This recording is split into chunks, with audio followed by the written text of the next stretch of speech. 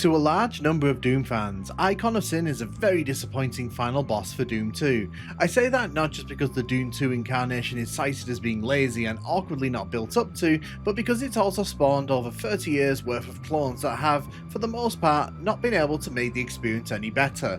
I don't know if there's a final boss encounter that's been replicated so much in so many different forms over the years, and yet remains as divisive as its first appearance. Personally speaking, I've never liked Icon of Sin maps. I find them repetitive, tedious, and usually stuffed with some gimmick that makes the experience less interesting the more you have to deal with it. I don't think the Icon of Sin is a good fit for Doom 2, or Doom in general, yet the monster has persisted.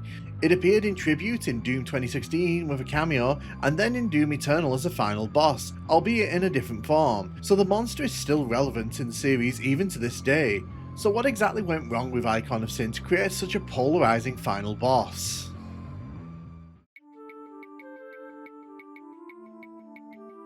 Bring up the topic of Doom's bosses and you'll come across a very interesting discussion. Doom as a series has always had an issue with creating compelling boss encounters, going all the way back to Ultimate Doom. In that game you played through episodes, culminating in a final encounter against a boss enemy who would usually end the episode or open the gateway to the end of the episode when you beat it. The issue a lot of people have with these boss battles is that they boil down to strafing left or right and holding the shoot button. The Barons of Hell can appear intimidating, but once you understand that they're pretty slow, the player can back off and dispatch them with relative ease, even if they haven't brought the rocket launcher into the level. The Cyber Demon is probably the most iconic boss encounter and arguably the most difficult, but once again, it boils down to strafing left and right and keeping the shooting up. Plus I'd argue as atmospheric as Tower of Babel is, there's a slight overabundance of cover, allowing players a lot of leeway in dodging and hiding from the Cyber Demon. And then there's the Spider Mastermind. I'm not even going to slightly try to defend this one. Even without the BFG, it's amusing just how easy the final boss ends up being and how underwhelming it is as a final encounter. I assume the team at id Software read this feedback while making Doom 2 because the sequel has a very weird response to the critiques of Doom 1's end of episode bosses. It doesn't have them for the most part. I was always surprised as a kid that the end of the first two chapters in Doom 2 end with a switch on the wall and a hole in the ground. There's no new epic enemy introduced at the end of the levels which precede them, no memorable encounter to round out the final moments of these parts of the Doom 2 experience. Instead you're given a wall of text and kicked into the next section of the game with very little fanfare. None of the new enemies introduced are treated as bosses either. Sure, the Archvile is introduced on the final level of the first episode, but it's encountered near the start of a level. This places a lot of pressure on Doom 2's final boss because, for the most part, this is basically the first true boss encounter in the game. Sure, you've seen Cyber Demons and Spider Masterminds, but they're not treated as boss enemies in this game. They're just part of the crowd and show up occasionally. So step up the Icon of Sin. The first impressions of map 30 are quite good. You start in a room with a load of ammo and weapons, you can see bodies hanging from the roof and the music starts slow and tense. It's a great introduction because you've been trained in Doom that getting all these goodies at once means you're about to get your backside handed to you. You enter the teleporter and are greeted by a huge face staring back at you. Not only this, it starts speaking at you. It's quite a cool moment the first time you get here because it feels like the game is acknowledging you directly. Surveying the scene, you're greeted by this very unearthly chamber that is surrounded by toxic dripping from the walls and a small platform in the toxic pit. It's visually very simple but distinctive enough from the rest of the game to catch your attention, initially. Not only this, the face on the wall is shooting cubes that you've never seen in the game so far. It becomes apparent quickly that enemies are spawning from these cubes, and not just one or two, they keep coming. Soon the chamber begins to fill with enemies, the cries of monsters spawning is harrowing for new players. If the player makes it to the top of the chamber, they'll see a giant skull on the back wall. Clicking this raises that platform that we discussed earlier, and from here, it's not really clear what you're meant to do next. And this is where the big failure of Icon of Sin as a boss really comes into focus, because the game doesn't really help you here at all. It slowly dawns on the player that this is all the level is. The chamber which this all takes place in is so bizarrely designed and awkward to navigate that at this point some players don't really figure out what they're meant to do next. Why do you have to click on these wall panels to lower the entire platform? Why is the bottom filled with a pain floor when the player is arguably going to spend most of their time down there? It's easy to say it's obvious what the player should do next, but here's the blunt truth: it isn't. The reason all this matters is because the player hasn't been trained for this. At no point in Doom 2 is the player tested on their ability to launch rockets into a narrow space from a moving platform. Most video game final bosses are designed to test the abilities learned through the game, so Doom 2 deciding to introduce this new concept of attacking an enemy on the final level is very awkward. When I say that it isn't tested, I mean there is no point in Doom 2's campaign where a puzzle or enemy requires the player to behave in that way. This isn't a learned skill, and not only is the player expected to learn this, there's also a bunch of obstacles that the player has to deal with barreling down on them, trying to distract them while they're acclimatizing to this new situation.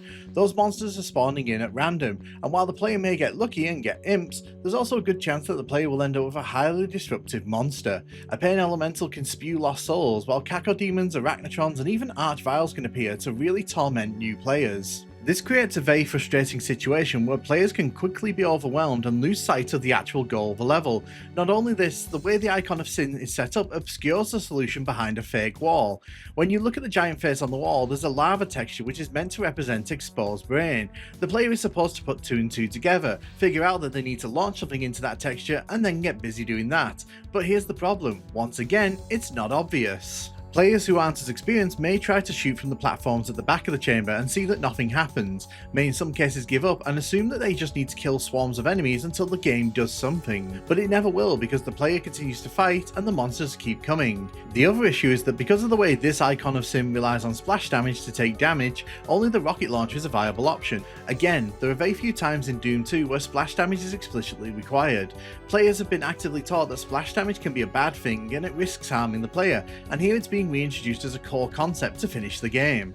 It all feels very slapdash and not very well thought out, because none of this rewards the player for mastering the abilities that they spent the past several hours honing. And I think above all else, it's just not fun. Let's be honest, you're shooting rockets into a hole in a wall and hoping that you can time your shot, or you're forced to do it again. Arguably the funnest part of the level, the monster spawning, you have to have your back to 99% of the time. It's why Icon of Sin feels so disappointing, not because the potential isn't there, but because the execution is so mid. You're shooting a hole in the wall and being blasted from all angles by enemies. It's a final encounter that just doesn't feel fitting for Doom 2. In the 3 decades since Doom 2 released, mappers and other Doom releases have had a love-hate relationship with the Icon of Sin, and the result has been attempts to reconfigure and reimagine what the encounter could be. TNT and Plutonia have the Icon of Sin encounters, but they handle them in very different ways, and neither of them really make the encounter better in my opinion. The Master Levels has Mephisto's Mausoleum, which fakes the player out with 4 Icons of Sins, but only one of them is real. Doom 64 took a major step and introduced its own final boss enemy, the Mother Demon, which is not a great enemy, but is definitely more preferred to Icon of Sin. More recently, the trend has been to minimise its presence completely in official releases. No Rest for the Living has a Cyber Demon serve as the final boss, while Legacy of Rust introduces new enemies and goes down the Slaughter map route. Mappers in the community have tried many different ways to make the Icon of Sin fight better, and you can see this from the sheer wide variety of icon variants. I'd argue that even the best of these aren't super fun, and usually much weaker than the levels that don't feature icons. There are also some impressive custom monsters used in various WODs over the years. In my eyes, the issue of Icon of Sin is more that the player isn't trained for the final fight properly. Doom 2 has 32 levels, and at no point before the final level is the player given training on how to overcome the challenge they're about to face. When you consider that there aren't any other bosses introduced in Doom 2, it feels like there was a perfect chance here to make something happen. If they were insistent on the Icon of Sin being the final boss, it would have made more sense to train the player in these spots. What if instead of ending the first episode of Doom 2's levels with a switch on the wall, have the final room begin the training for the Icon of Sin? Introduce the concept of shooting into a wall at the end of the episode. You don't even have to make it super complicated. Just a room with enemies inside and a set of stairs that the player has to fight up in order to launch rockets into a very clear hole, which ends the episode. Doing this not only adds challenge to the end of these episodes, but also introduces the concept of using the rocket launcher in this way. Then at the end of Gotcha, level 20, have this be escalated. Instead of having a hole in the floor, have the final room require the player to raise a platform so that they can shoot into the very same hole that they shot into previously. Teach the player that they have to do something in order to get in line to shoot their rocket. Then when the player arrives at Icon of Sin, they'll see the room and be aware of what they need to do, the escalation of this final encounter being the spawning monsters and the pain floor around the platform. Or, as I suspect many players would have preferred, just introduce a new enemy to serve as the final boss. As mentioned, Doom 64 and Legacy of Rust did this, and I feel that the results are much more pleasing for players in terms of gameplay. Or if they really didn't want to create a new enemy, just do what PS1 Doom did and have a proper final level where enemies spawn in at the end and the player has to deal with them before they can finish the game. Any of these options would have been better than what we got here in Doom 2. I understand that Doom 2 had a very crunch-heavy development, and I appreciate that the game landed in a less than ideal form, but for me, having Icon of Sin be so abject and tedious brings the entire closing experience down for Doom 2, and the fact that decades of map packs and mappers working to fix the issue haven't served up a definitive answer on how best to use Icon of Sin should really underline just how flawed the entire concept is. A monster spawner in Doom should be a home run, and the fact that it's in this final encounter saves it from being a complete disaster for me.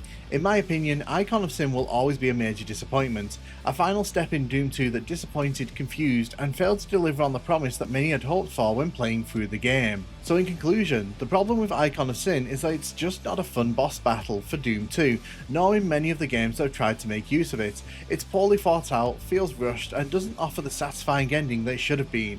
They really should have done better here.